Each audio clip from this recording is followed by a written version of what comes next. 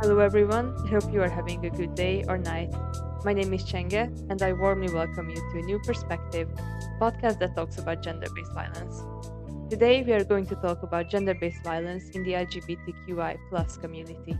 To do that, we have a guest with us, Tiffany. Hello, everyone, and thank you for inviting me. It's a great pleasure to be here.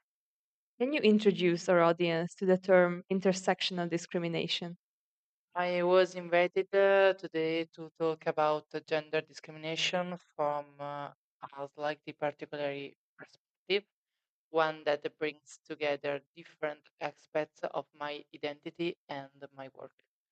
I am a homosexual woman, and at the same time, I experience my gender identity in a fluid way. Biologically, I am a woman, but sometimes I feel more feminine and sometimes more masculine. It changes over time and from day to day. This means I experience moment of gender euphoria and moment of dysphoria. I start here because when we talk about discrimination, it's important to remember that it never concerns just one part of us, but the intersection of everything we are. And that is exactly what we mean by intersectional discrimination. Can you share an example that explains the barriers these victims face in their daily lives? There is an episode, unfortunately a very clear one, that made me understand how much this intersection affects my life, and I believe the lives of many others. About 5 or 6 years ago, I was in a nightclub with the woman who was my partner at that at that nah, uh, scusami. About 5 or 6 years ago, I was in a nightclub with the woman who was my partner at that time. We were dancing, sometimes kissing. At one point, I noticed a man staring at us. It made me uneasy, but I tried to stay in that beautiful moment with her. Eventually, this man approached us and, in a very invasive way, grabbed our heads to force a kiss between us. In that moment, I felt a very strong discomfort for two reasons. I felt weak as a person, saved as a woman, and sexualized for expressing my lesbian identity, as if my relationship was a game, as if my orientation was something to consume and turn into a show.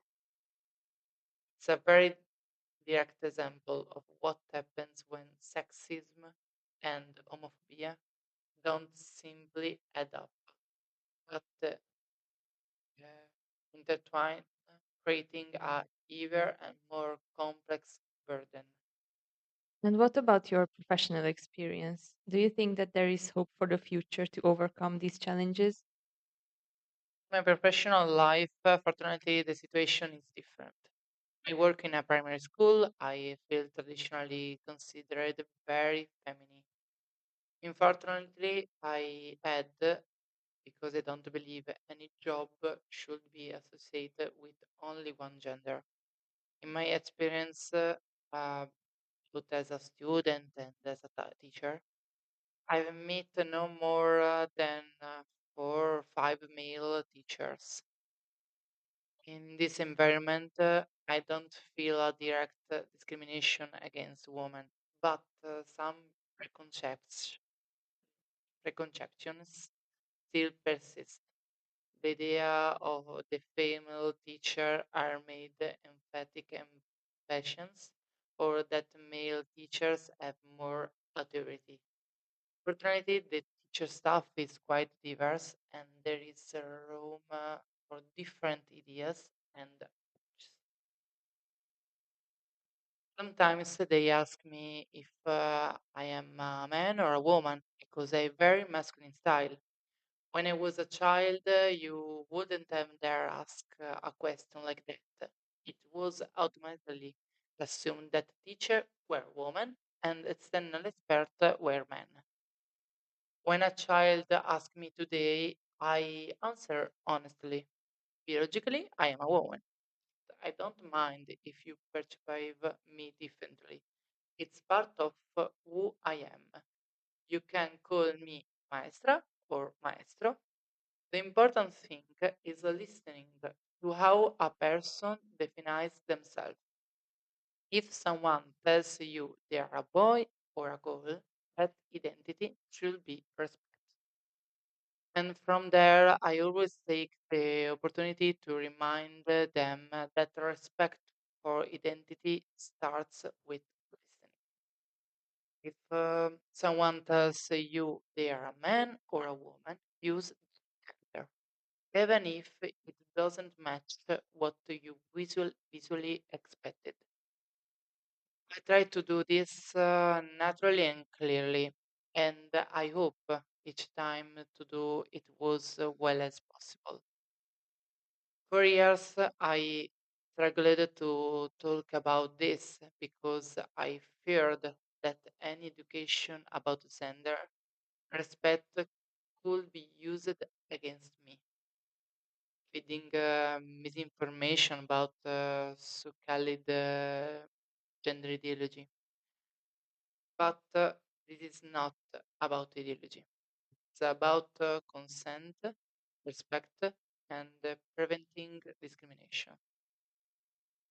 And here comes a more delicate part. In school, unfortunately, there is very little training in these topics. Very often, we rely on intuition and common sense. Being part of the queer community and working in education, I try to train myself.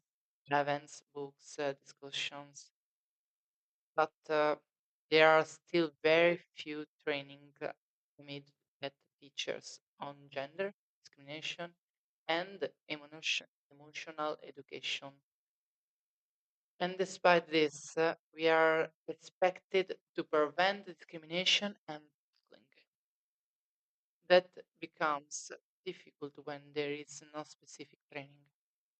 When educational time is reduced because academic performance is considered more urgent, and when some topics remain taboo due to fears from parents or um, school person.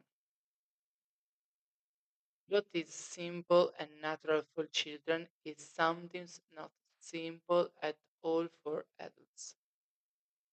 And yet it is work worth doing. I sometimes make a mistake too. Maybe I call a girl Cara out of distraction or fatigue. And I'm proud when she corrects me. In that moment, I apologize, correct myself, and show through the example how important words are. This applies to all contexts. I would like to end with an episode that shows how much potential children have. One day, a boy had lost his pants, and as a temporary solution, we gave him a pair with a flower on the leg, then considered feminine. He looked at them for a moment. They said, then said, it doesn't matter if they look a bit like a girl's pants. What matters is that I can use them. Classmates support him, even saying they were nice. One child was about to make fun of him, but the group spontaneously stopped him. They told him very clearly that he shouldn't make fun of him. To me, this says a lot. When I was a child, the boundaries between boys' things and girls' things were rigid and absolute. and they become fertile ground for bullying. Today, I see more openness and more freedom. And this is thanks both to parents and guardians who are changing their approach and to teachers who take the risk of setting aside a bit of academic time to work on essential educational topics. And naturally, uh, national guidelines clearly remind us that schools must raise students with social skills, mutual respect, and critical things. Thank you so much for listening, and a special thanks to our guest Tiffany for helping us dive deeper into this important issue. To our listeners, we sincerely hope you enjoyed learning about the LGBTQI community and its connection to gender based violence. In our next episode, we will uncover the reality of sexual violence and harassment, what distinguishes them, why victims often stay silent, and how we can support a friend or family member who opens up about their experience. Join us as we break down what makes these approaches truly effective. Take care and goodbye.